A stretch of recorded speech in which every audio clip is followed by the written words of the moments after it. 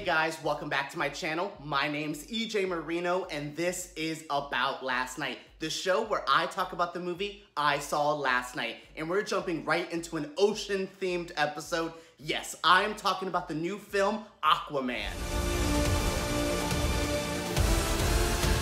Just like two ships destined to meet each other in the sea, James Wan and Aquaman were made for each other. Honestly, I think if any other director would have tackled this film, it would have not come out as strong as it did. Do I think this movie's flawless? Do I think it's perfect? No, by no means is this movie a perfect movie. Hell, it's barely a great movie. But what this good movie inside here was saved by James Wan. He brought something whimsical, something fun, something a little dark because, trust me, there is still, James Wan's known for his horror movies.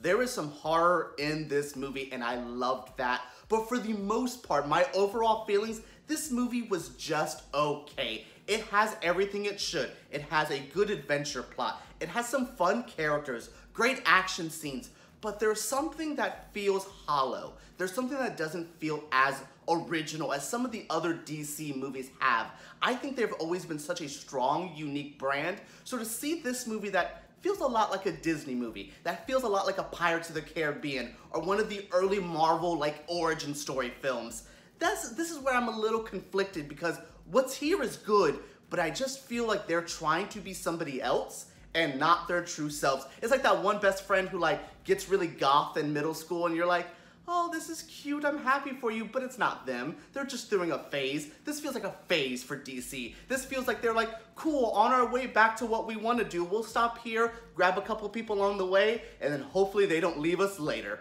So let's talk about the overall plot of this movie. This film stars Jason Momoa as Arthur Curry, also known as Aquaman, who's trying to find his place on the world. He's from literal two different worlds. He's from Atlantis, his mother is. He's like, blood is Atlantean, but he's a surface world liver. He lives in some nice ocean little area. He is from two worlds, so he has to find his balance and bring together these two worlds. Because one of my favorites, Ocean Master, played by Patrick Wilson, is trying to get rid of the Earth world. He believes we're too problematic. We've hurt this world and this ocean too much that we need to pay for it. And, you know, we're going to pay for it by losing all of, like, the surface land. Arthur's like, I'm from here. Well, okay, not at first. He's like, I don't care. With Mira's like, look, billions of people will die. Your dad's going to die. I will die, even though you don't really care.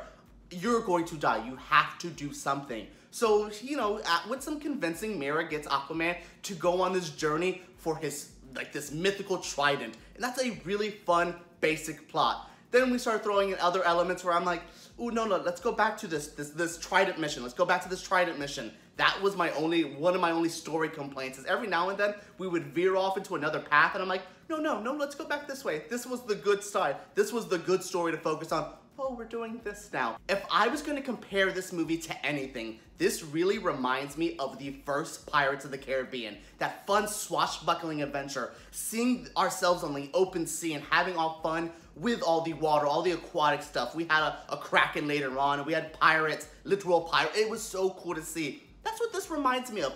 It's something about this like Sinbad and the Seven Seas kind of adventure we've been missing. I love the water. I'm a big fan of the ocean. Hell, I want Mira's superpower. That's always been my power, like hydrokinesis. That would be my thing. So there's a lot in this movie that I was just like, ooh, we've needed this. We need more water-based superpowers. We need more swashbuckling adventures. So that is really fun there. Let's start there. Comparing to Pirates of the Caribbean, for me, is a good thing because it has that family fun adventure. Because yes, this is a family film. If you've ever thought a DC movie before was way too dark, like you're like, but my 8-year-old can't enjoy this. An 8-year-old would love this movie. And I know that probably comes off shady, like, well, this is good for a little kid. That's not shady for me. That's what these movies should be for a younger demographic, for these kids to fall in love with superheroes. I've had my Aquaman. I've seen Justice League, the animated series. I have my hooked hand Aquaman. I'm good. But with this movie, this is gonna grab in a whole nother generation. I mean, look how much this blew up in China with a $98 million opening weekend. This movie is gonna hit people in a way I don't think they did, and I'm excited for that. For me though, there's things lacking. I really miss my Batman v Superman, my Man of Steel, hell, even my Wonder Woman tone. I like these more mature adult dramas as opposed to an action-adventure kind of movie. But that fits Aquaman, that fits the characters. I'm okay with that, but it is something that personally for me, I am missing just a little bit in this movie. To properly tell this story of Aquaman and his journey for the throne of Atlantis, they had to break this down into 3 acts. So you have the first act, which to me is the origin story. Very typical superhero origin story. The second act is this action adventure, very Pirates of the Caribbean, like we're going to the desert, we're going to the ocean, we're fighting people along the way, well, here's a Black Manta fight scene. And then the third act is broken down into this very typical superhero big final act with this big battle. I will say though, there was a slight feeling of Star Wars to the big ending action scene. Maybe it was because we had a little bit of action here, a little bit of action here. You had these like crustaceans, these big giant like sea creatures fighting these little things. It really felt like that, like when in Star Wars you have the fights in the air and then you have a fight on land and maybe some like drama going on in between all of that. I think that's what this ending reminds me of, is there's so much going on, but the way it bounces back and forth, that was fine. I was okay with us bouncing around in the finale because we built up to it and we earned it. But when we were bouncing around in the early first and second act, I was like, no, focus. Focus, guys, focus, because we have a good movie going on here. Keep focusing, and for the most part, like I said, they keep this good movie going for the whole time. If I had to pick one person in this movie that stands out, it would be Yahya Abdul-Mateen III. He plays Black Manta, who is the best part of this movie. I mean, when we saw him introduced at the beginning, I was like, oh, I like you, and then we gave him a badass villain origin story. Fine, and then he kind of peeks up back in the end, and then he pops up at the end. Black Manta is the best part of this movie, and I know that they're building him up to be like the main Aquaman villain, and I cannot wait for that, because the whole time I was like, Ocean Master is cool, Patrick Wilson is a fine actor, but Black Manta, he's where the heart of this story is. His interactions with Jason Momoa, just something about seeing Aquaman and Black Manta on screen, to me stuck with me more than Ocean Master, who is his brother, who is this typical villainy plot, very old school Shakespeare with one person who has the throne, doesn't want to get rid of it, so it's a very old school tragedy drama with the brother angle. But something about the Black Manta story is so different, so fresh, that revenge angle, that like, I'm getting Aquaman, I have an issue. He's basically at the beginning like, I'm a pirate, you're like a defender of the sea, we were bound to fight. And Aquaman kind of brushes him off, and that fuels that fire more. There's going to be something really delicious there later on, especially if we do like a Injustice League or like a Legion of Doom kind of feeling. Having him next to like a Joker and Deathstroke, that's a bad, like he's almost good enough to take on some of the other members of the league, not just Aquaman. Truly, this is going to be my biggest talking point, is Black Manta is that shit. So I talked about Jason Momoa, I talked about my scene stealer, Black Manta. Let me talk about one of my other big scene stealers, the fight scenes. James Wan is known for amazing horror segments. I mean, Insidious, Conjuring, Saw. He knows how to craft a good scare.